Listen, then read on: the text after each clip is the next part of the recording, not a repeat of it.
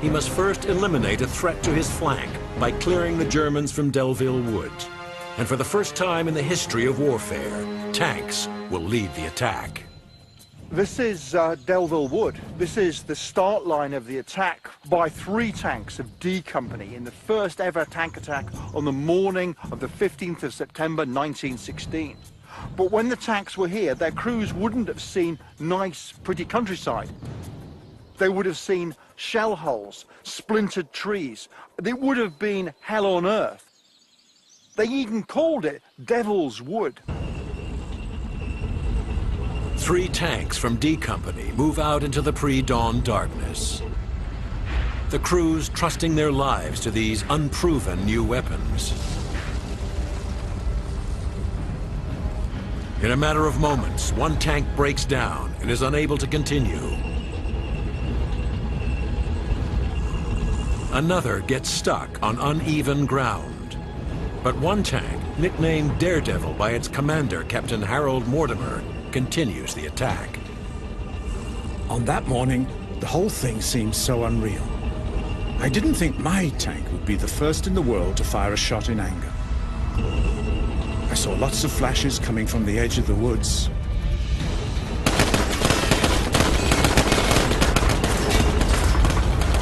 I gave the order to open fire with one of the 6-pounders. I managed to get astride one of the trenches, but we got a direct hit. It broke my track. Hey everyone, this is Hinterland Customs, and this is the final video for the Battle Tank Centennial build series I'm doing. Actually, the series is going to continue with a lot of different projects. Many of them will be the Mark 1 or Mark 4 tanks. Originally, this was just going to be one deal. I was just going to do this tank and call it good, but I've decided to continue the series. Anyway, this one is done. I had an interesting conversation this morning. There was a guy in Britain that recently wrote a book about the first crews in the tanks. I emailed him, I sent him a picture of the tank I built, and then I told him that I thanked him because he put some of this information online, and I was able to use some of that with my historical research in recreating a Daredevil 765. And he told me on the 100th anniversary that Captain Mortimer, who was the captain of this tank, his grandson went out to the spot where it fired the first shot and read a battlefield report. And there was another grandson of another guy that was also, they were having a ceremony for and recognizing their ancestors and what their role was in the history of the first tanks. So I thought that was really cool. And I'm looking forward to getting that book and checking it out, because the information he had, from what I've seen and what I've used so far, is very helpful. They've got the names of the tanks, the numbers, the crews, what happened to the crews afterwards. The battlefield reports are very interesting because it really helps for someone like me trying to recreate a scene to come up with a realistic setting instead of guesswork. And you know, it's not easy finding stuff you know, from 100 years ago.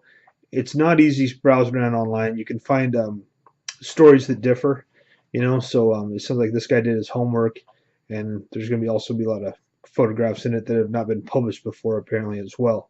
Anyway, I just thought I'd give a little turnaround here and show you what I did. The base, I won't get into the products and things used. I'll just say I did incorporate the charred remains of trees, barbed wire, some water effects, and just tried to make it look muddy, craggy type area with a lot of different contour. It's hard with a small base, but this area had been shelled so much that there wasn't really an even spot anywhere on the ground. So the tank, then after I did that, I used some different mud and weather effects, and really my first time weathering anything, really. I've done a little bit of weathering on the previous tank project, but that one was very light weathering because it was on its first run, which I guess this one was too, but the conditions this one were in were with the mud and everything and the rain was a lot different. And so anyway, yeah, I think I did okay on it. I'm proud of this project. It was fun. This is something I've been wanting to do a long time. I've always liked the rhomboid design tanks. The first time I think I saw one that I remember when I was really looking into them was when I was in grade school. I had a comic book that had a World War I story in it, and I remember a few of the images from it. A couple guys had gas masks, and they had gas masks on the horses, and then they were, they were calling the Somme what it was always called was no man's land, and they were out in no man's land, and there were, trees just like this in the background, just all destroyed, and then one of these tanks went rolling by, and I just always liked the rhomboid design of it. It's just something so different, and that's what's kind of fun about the World War I stuff. A lot of things were prototype, and some of it was stuff you'd never see again. This rendition of the tank was never seen again after that day. They immediately started making some changes. The overall design stayed the same, but the wheels came apart. At times they weren't using camouflage. So that, they changed some stuff up. They added some rails on the Mark IVs in order to carry things on it and such. We'll cover that when we do a Mark IV. But anyway, you can see I got the name and the number here. I think I've shown that before. And then just turn on the back. Got Somme there. And then, let's see, turning it this way. I didn't do much change on the tank. I mean, I've got the one door a little bit open there. I decided to do that, just leave it kind of open ajar. And like somebody forgot to latch it or something. I'll show you this real quick too. I've got, if you can see there,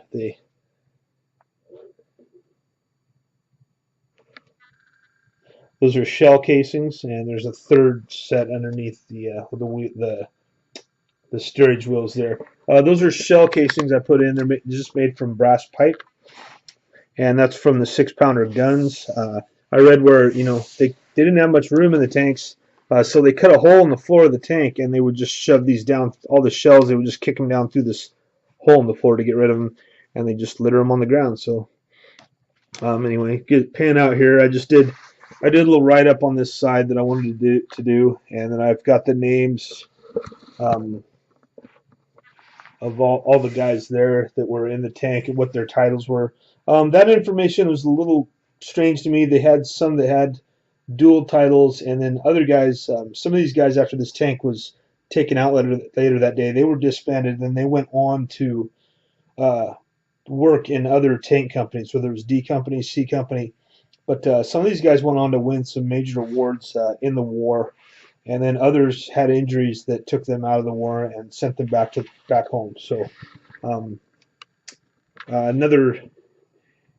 anyway, that's guess I'll just do around the front here.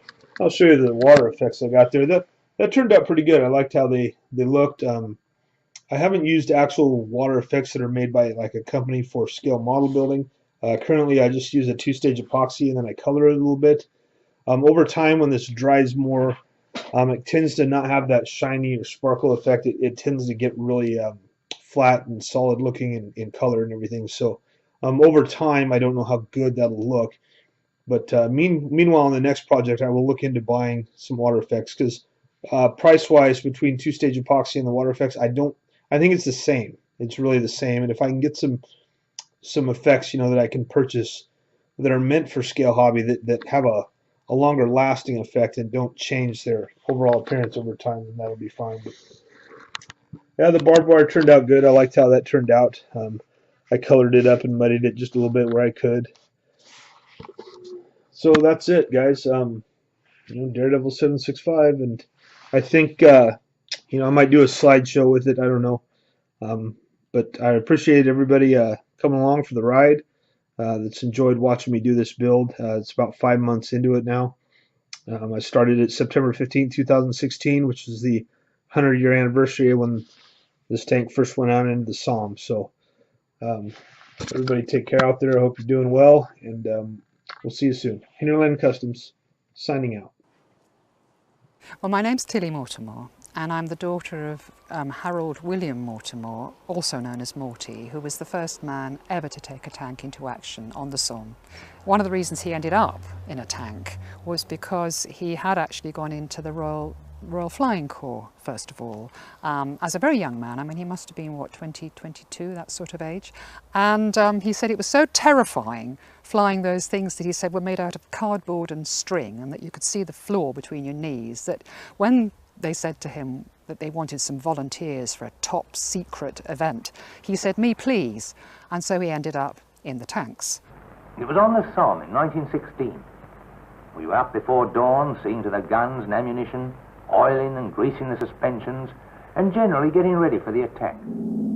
It started out at dawn on the morning of September the 15th, you know, trundling through the sort of not knowing what was going to happen. There were these trenches of German soldiers which had been totally deadly on Daredevil Wood, and there'd been huge casualties. And so their mission was literally to clear these trenches, which were in a sort of zigzag format, of the German machine gunners. When his tank appeared at this trench, the German soldiers, just as a man, they dropped their guns and they ran. These tanks were enormous, they were huge, and if you see some of the pictures from the time, and if you read some of the letters and the reports from the time, I mean, just imagine you're in a trench, you're young, you're scared, and suddenly, you know, out of nowhere comes this enormous, enormous monster, and it's firing at you.